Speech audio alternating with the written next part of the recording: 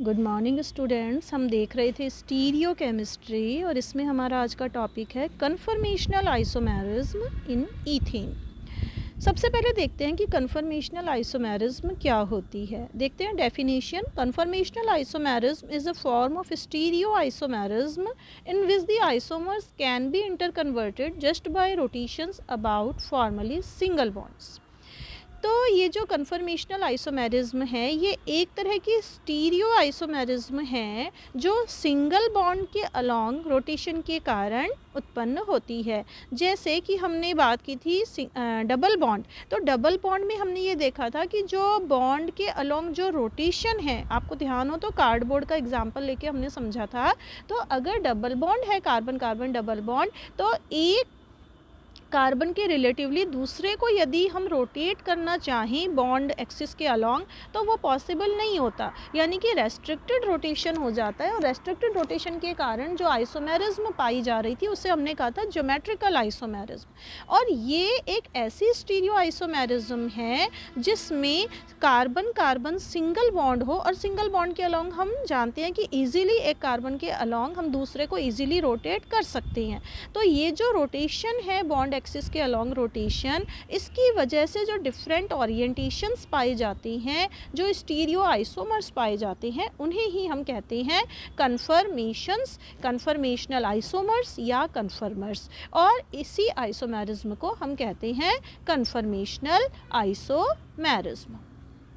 जैसे कि हम यहाँ देख रहे हैं ये ईथेन का मॉलिक्यूल है और कार्बन कार्बन ये हम देख रहे हैं यहाँ पर सिंगल बॉन्ड, ये कार्बन कार्बन सिंगल बॉन्ड। इसका मतलब इस एक कार्बन के रिलेटिवली हम इस कार्बन को रोटेट कर सकते हैं। जैसे यहाँ हमने देखा ये एक ओरिएंटेशन हमारे पास में है, सपोज़ कि ये ओरिजिनल ओरिएंटेशन है और इसमें हम क्या देख रहे हैं, इस अरेंजमेंट पे हम आते हैं।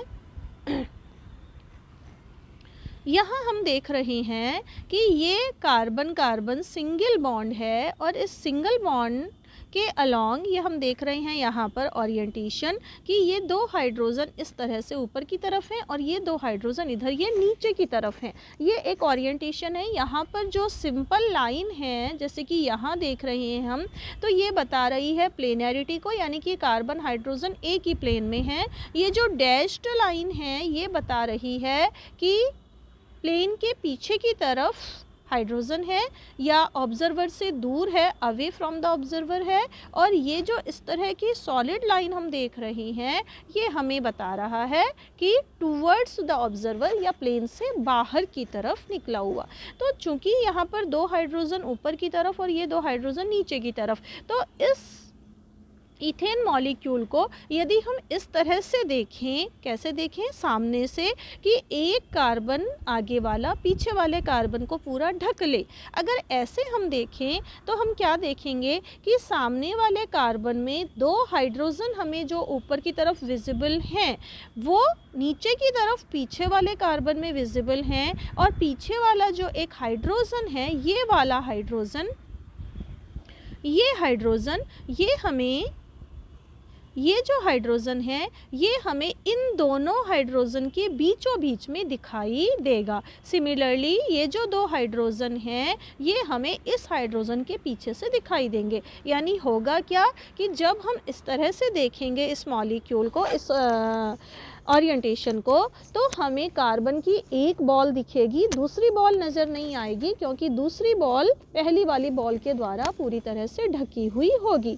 और क्या होगा कि सामने की जो तीनों हाइड्रोजन हैं वो पीछे की हाइड्रोजन को ओवरलैप नहीं कर पाएंगी, ढक नहीं पाएंगी और छहों हाइड्रोजन हमें विजिबल होंगी, दिखाई देंगी।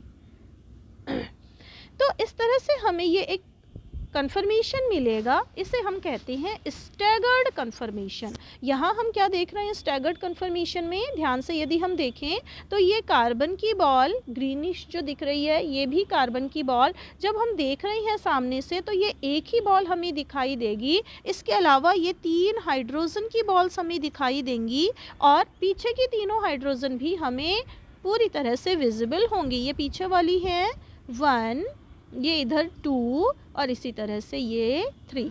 तो हमें 6 हाइड्रोजन यहाँ पे पूरी तरह से दिखाई देंगी। देखते हैं नेक्स्ट स्लाइड में। यहाँ हम देख रहे हैं, पहले साइड व्यू की बात करते हैं। तो साइड व्यू में, यहाँ पर साइड व्यू में हम क्या देख रहे हैं कि ये कार्बन के ऊपर की तरफ यहाँ पर ये बॉल है और ये पीछे की दोनों बॉल्स हैं। तो इधर की 2 बॉल, उसके बीच में से एक बॉल हमें दिख रही है। यहाँ भी हम इस चीज़ को देख सकते हैं कि ऊपर की तरफ ये एक बॉल है जबकि ये पीछे की तरफ 2 बॉल है। तो इन 2 के बीच में से हमें ये बॉल नज़र आएगी, बिल्कुल इसी तरह से यहाँ नीचे की तरफ होगा। तो इस तरह से हमने क्या देखा, ओवरऑल हमें दिखाई क्या देगा, ये कार्बन की एक बॉल और इसके साथ में ये 1 2 3 4 5 6 6 हाइड्रोजन की बॉल हमें दिखाई देंगी। तो ये हुआ इथेन का स्टैगर्ड कन्फर्मेशन। आते हैं नेक्स्ट पर। ये एक ऐसा कन्फर्मेशन है, हमने क्या किया, हमने रोटेट किया। ये जो स्टैगर्ड कन्फर्मेशन हम देख रहे थे, यहाँ पर हमने क्या किया, रोटेशन किया। कैसे रोटेशन किया, इस बॉन्ड एक्सिस के अलोंग हमने क्या किया, AX-CH3 ग्रुप को रोटेट करना शुरू किया। पूरे कार्बन को हमने घुमाना शुरू किया और जब हम घुमा रहे हैं, रोटेट कर रहे हैं एक एंगल से, तो हम क्या देख रहे हैं कि हमें नेक्स्ट कन्फर्मेशन मिल रहा है। ये नेक्स्ट कन्फर्मेशन है और इसमें हम क्या देख रहे हैं, ध्यान से देखेंगे इधर कि ये जो हाइड्रोजन प्लेनर है तो दूसरे कार्बन पर भी सेम ऐसा ही है।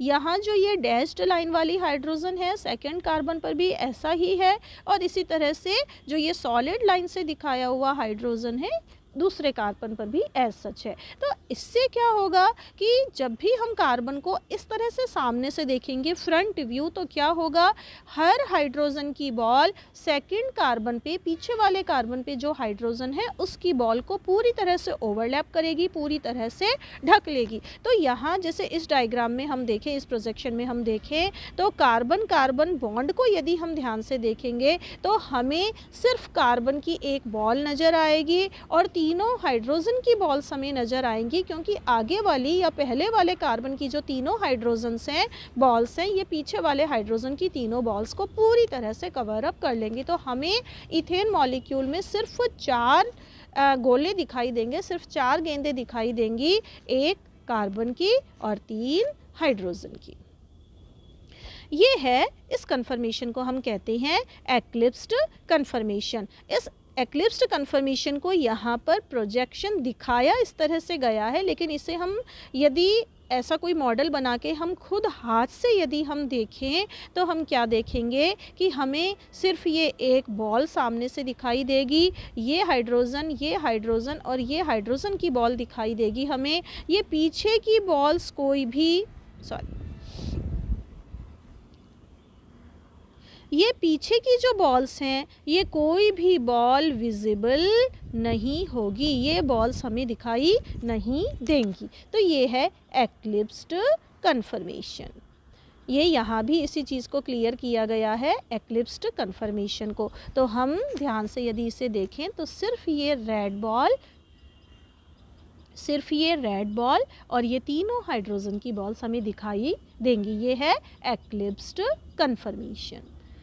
अब ये जो एक्लिप्स्ड कन्फर्मेशन है और ये जो स्टैगर्ड कन्फर्मेशन है, इनको हम एक दूसरे में कन्वर्ट कर सकते हैं।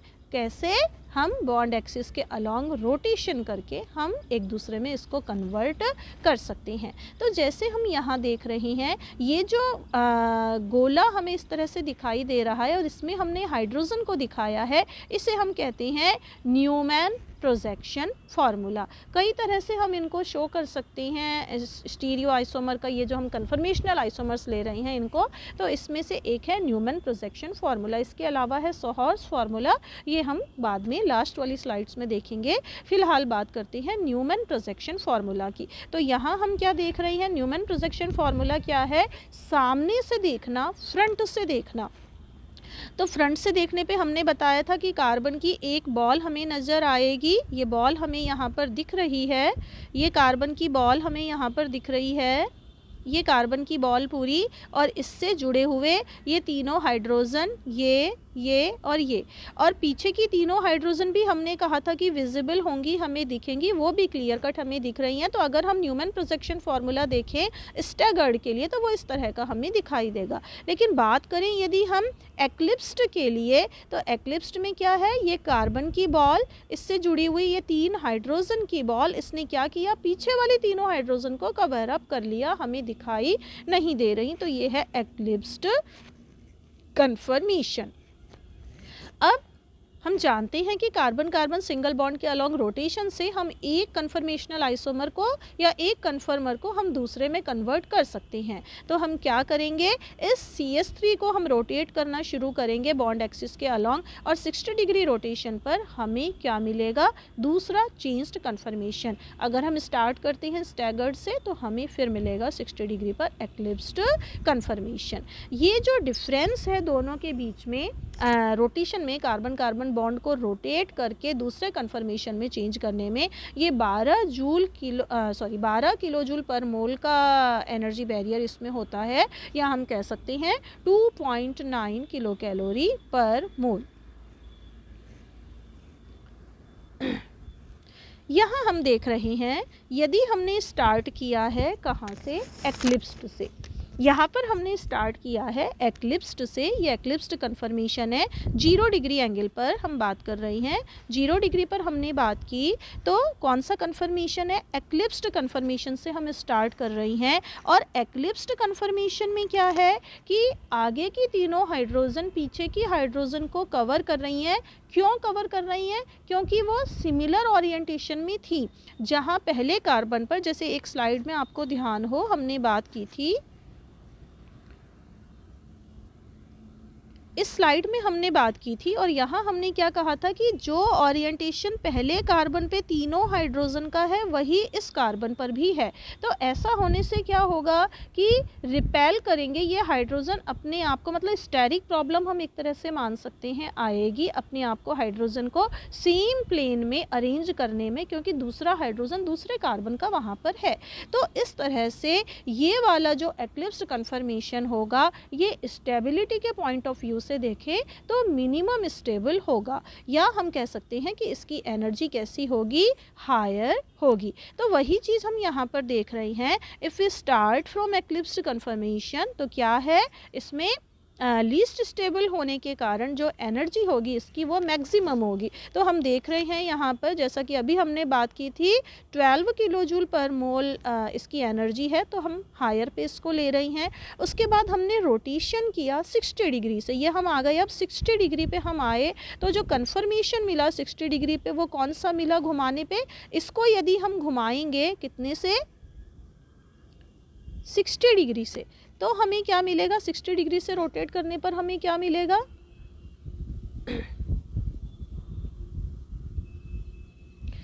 तो 60 डिग्री से रोटेट करने पर हमें क्या मिल रहा है, ये वाला कन्फर्मेशन, स्टैगर्ड कन्फर्मेशन हमको मिल रहा है। तो इट मीन्स कि ये जो हायर एनर्जी वाला है ये है एक्लिप्स्ड कन्फर्मेशन, और उसके बाद 60 डिग्री से जब हमने घुमाया तो हमें मिला कौन सा, स्टैगर्ड कन्फर्मेशन। और स्टैगर्ड कन्फर्मेशन में क्या है कि सारा जो बॉल्स हैं हाइड्रोजन की वो डिस्टेंस पे हैं, एक दूसरे से दूर दूर हैं, तो जो रिपेल करेंगी वो मिनिमम करेंगी, मैक्सिमम स्टेबल ये वाला कन्फर्मेशन होगा, क्योंकि डायहेड्रल एंगल जो है ये यहाँ पर ये शो कर रहे हैं हम काफ़ी ज़्यादा है। तो इस तरह से ये वाला कैसा हो गया, बहुत ज़्यादा स्टेबल कन्फर्मेशन है एक्लिप्स्ड की तुलना में। कब मिला, जब हमने 60 डिग्री से इसे घुमाया। अगेन आगे जब हम प्रोसीड करते हैं, आगे आते हैं हम कितने पे, दोबारा 120 डिग्री पे हम आते हैं। तो 120 डिग्री पे हमें कौन सा ओरिएंटेशन मिलेगा, अगेन एक्लिप्स्ड कन्फर्मेशन हमें मिलेगा, जिसकी एनर्जी कैसी होगी, हायर एनर्जी होगी। तो हम देख रहे हैं कि 120 डिग्री पर हमको ये मैक्सिमा ग्राफ में मिल रहा है। आगे बढ़ते चले जाते हैं, फिर 60 से घुमाया, हम आए 180 डिग्री पर, और 180 डिग्री पर जब हम आए तो क्या मिला हमको, फिर से स्टैगर्ड कन्फर्मेशन, जो स्टेबल होने के कारण एनर्जी बिल्कुल कम होगी, तो हमें यहाँ पर मिनिमा 180 डिग्री पर मिल रहा है। इस तरह से हम आगे दोबारा 240 पे, 300 पे और 360 तक चलते जाएंगे। तो ये हमें एक कर्व मिलेगा, ये हो गया रोटेशन एंगल वर्सेस एनर्जी का कर्व, किसके लिए? कन्फर्मेशनल आइसोमर्स ऑफ ईथेन के लिए। यहाँ भी इसी चीज़ को दिखाया गया है, मॉडल से इसको दिखाने की कोशिश की गई है यहाँ पर कि ये जो है स्टैगर्ड कन्फर्मेशन है, ये स्टैगर्ड कन्फर्मेशन है, और जहाँ जहाँ स्टैगर्ड कन्फर्मेशन है वहाँ वहाँ पर हमको क्या मिल रहा है? मिनिमा मिल रहा है ग्राफ में। और जहाँ जहाँ एक्लिप्स्ड कन्फर्मेशन है, जैसे कि यहाँ हम देख रहे हैं एक्लिप्स्ड कन्फर्मेशन है, कैसे पता? क्योंकि हमें एक सेंट्रल बॉल और सिर्फ 3 हाइड्रोजन की बॉल दिख रही हैं। तो जहाँ जहाँ एक्लिप्स्ड कन्फर्मेशन है वहाँ वहाँ पर क्या है? हमको मैक्सिमा ग्राफ में दिख रहा है। तो ये इस तरह से न्यूमैन प्रोजेक्शन फार्मूला के माध्यम से हमने एनर्जी और जो रिलेटिव रोटेशन एंगल है उसका हमने कर्व लिया है। अगेन वही चीज़ यहाँ पर शो की गई है। ध्यान ये देना है कि ये जो एनर्जी बैरियर है ये कौन सा?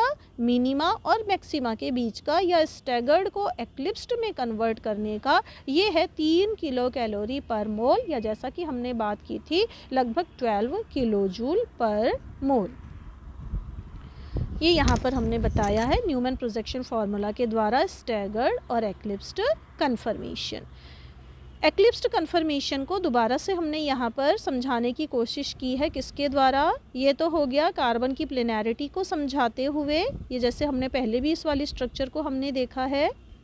उसके अलावा ये हो गया न्यूमैन फार्मूला के द्वारा। ये एक और फार्मूला हम यहाँ पर देख रहे हैं और ये साइड व्यू को बताता है। ये है कौन सा फार्मूला? Sawhorse projection formula. तो यहाँ हम देख रहे हैं ये तीनों बॉल्स, ये सेकंड कार्बन, ये फर्स्ट कार्बन और ये पीछे हाइड्रोजन की तीनों बॉल्स। तो ओरिएंटेशन वही है कि सामने वाला पीछे वाले को ढकते हुए, आगे वाली बॉल पीछे वाली बॉल को कवर करते हुए, लेकिन चूंकि साइड व्यू है तो इस तरह से हमें सभी दिख रही हैं, अदरवाइज विजिबल सिर्फ 3 ही हाइड्रोजन होंगी। तो ये फॉर्मूले एक्लिप्स्ड के लिए, और सिमिलरली ये है स्टैगर्ड कन्फर्मेशन के लिए। यहाँ हमें ध्यान में क्या रखना है? स्टैगर्ड कन्फर्मेशन के लिए जैसे हम सर्किल बना करके एक वाई उल्टा बना रहे हैं तो पीछे का जो वाई है वो हमें सीधा लेना होगा। बिल्कुल इसी तरह से सोहर्स फार्मूला में हम देख रहे हैं कि पीछे वाले कार्बन पे एक वाई बनाया है हमने हाइड्रोजन को इंडिकेट करने के लिए।